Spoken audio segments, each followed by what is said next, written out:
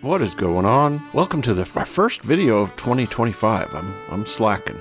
I want to show you something that actually happened in October of 2024. Some of you longtime viewers of this channel know that, every year about that time, end of September, early October, anyway, we always make a trip down to the Paiute. Sometimes for a week, 10 days, sometimes just a long weekend, but pretty much every year we go down to the Paiute, and it's our vacation. It's pretty much just our vacation. We like to just go and ride and enjoy ourselves. And we've had, we've made a few VIP invites throughout the years, invited a few friends to come down here and there, but generally it's a trip that we like to do on our own. And we thought about, for a long time, really, we've thought about hosting some sort of Maverick trail meet down on the Paiute, but it just seemed overwhelming, and it was just like, man, this is my vacation. And anyway, we finally talked ourselves into it. So we just kind of put out on the Can-Am Maverick Trail Facebook page that, we're going to do a meet. We were a little overwhelmed by the response. We had it boiled down to what we thought about 21 machines between who was there, who was still to show up, and who we knew was coming. I don't know. We planned for about 21 machines. Turned out to be 30 plus. I was a little overwhelming when I first saw the number of people when we got together for this meeting the night before the first ride. And I actually got to see how many people were actually here. I was overwhelmed because I wasn't prepared for this many. I only had three ride leaders, and I was thinking 6 or 7 machines per group. Ended up being 10 plus per group. I was a little overwhelmed, but I was also overwhelmed just by how many people came and wanted to ride with us and on the Paiute. I was humbled, and I was grateful and overwhelmed by the number of people. But so I'd begun the planning for this event actually in October of 2023. I had 4 rides planned. I always kind of have 4 or 5 rides in my pocket that I can show people when they come down to ride with us. And so it was pretty easy to plan. I had 2 rides planned, 4 days total riding, 2 days of riding in the Tushers and 2 days of riding in the Monroes. So west of Marysvale and then east of Marysvale. But in about July of 2024, there was a fire near Marysvale up in the Tushers, west of town, the Silver King fire they called it, and it was a big fire. So that area ended up being closed down. So I had to revamp all of my plans. Could not go into the Tushers from Marysvale. So I had to come up with more rides in the Monroe, and I really only have 3 in the Monroes. So it ended up, instead of 4 days of riding, it ended up only being 3. All 3 east of Marysvale and the Monroes. Saturday I left open as a free day, and a lot of people appreciated that, because they could go south and see southern Utah and some of the national parks and things, and so they all kind of enjoyed the free day. I did come up with a ride number 4, and I'll explain that to you when we get here, for that Saturday. That worked out pretty well, but on the agenda there ended up being only 3 days of riding. So I wanted to start out on the first day with something simple. Like I said, we have 3 ride leaders, 3 groups going. We spread them out about 30 minutes apart as far as departure times. We all went on the same route every day. We just spread apart a little bit. Day 1 ride, it was supposed to be longer because it was supposed to do Trail 77, the Cottonwood Loop that goes up into the Monroes. That was supposed to be part of this ride, but of course that didn't work out. So this ride actually got cut in half, but it is mostly roads. There is one 60-inch trail, which is Trail 63, but I wanted to get everybody just acquainted with each other for one thing, but how the turns work, how the ride leaders and tail gunners, work with the group to keep everybody moving. Anyway, just a fairly simple yet scenic and an amazing day. So originally today's ride was going to include this Cottonwood Loop Trail 77, but it was closed. The northern half of it was closed. Bullion Canyon was even closed, so that was out. So I had to get rid of that. So out of town, partly on the 77, jumped on the 35 over to where it meets the 02. From the 02 we branched down and took Trail 25 until it hit the 01. Took the 01 east a little bit until we hit Trail 72, which takes us down to the Highway 62, and then we catch Trail 63 coming back up through what we call the Aspen Tunnel. It hits the 01 again at the very top, and we hang a right, follow the 01 around until it hits the 02 again, and then we just bring the 02 and 35, all that, back into town basically the same way we left. But that is the plan for today.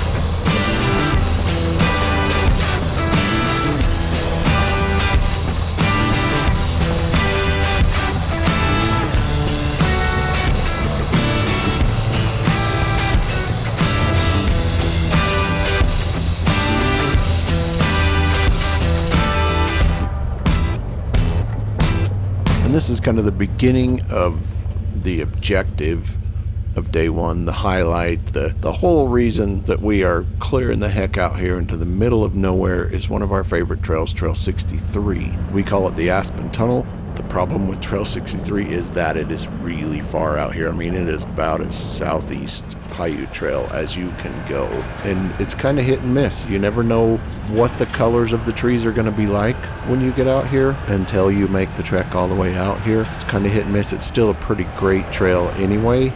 Just the diversity of this trail and it's completely unique to anything else on the Paiute system. I just wanted everybody to see this. I wanted everybody to see this Aspen Tunnel. This was the objective of the day, was to get out here to Trail 63.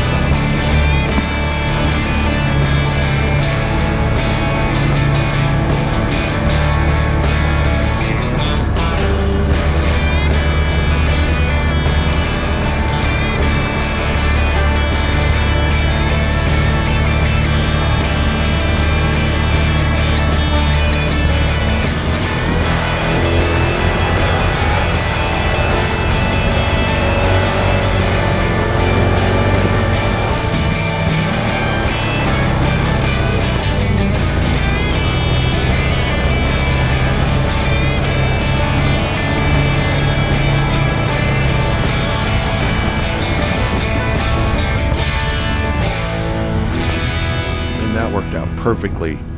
I mean, of all of the times that we have done Trail 63 and that Aspen Tunnel, this might be the third time ever that we have caught it when the leaves are just full yellow. Bam. Got lucky. What a beautiful trail. I'm glad it was colorful. I'm glad it all worked out. But yeah, once you finish 63 through that, you got to dig your way out. And we're climbing back up the mountain. I tell everybody to just put it in low, 4-wheel drive, sit back, try to relax, because it is a very, very, very long, rocky climb back up to the 01.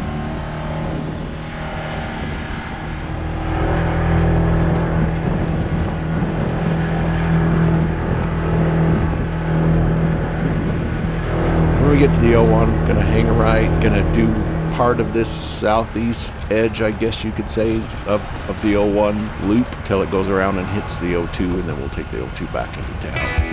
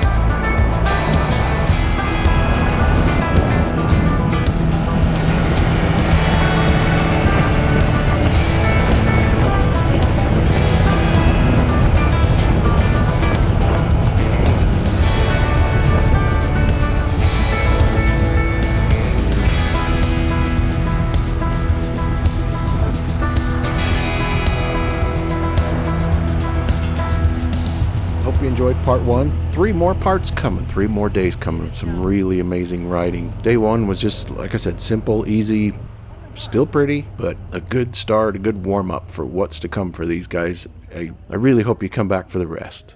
We appreciate you watching, and we will see you on the trail.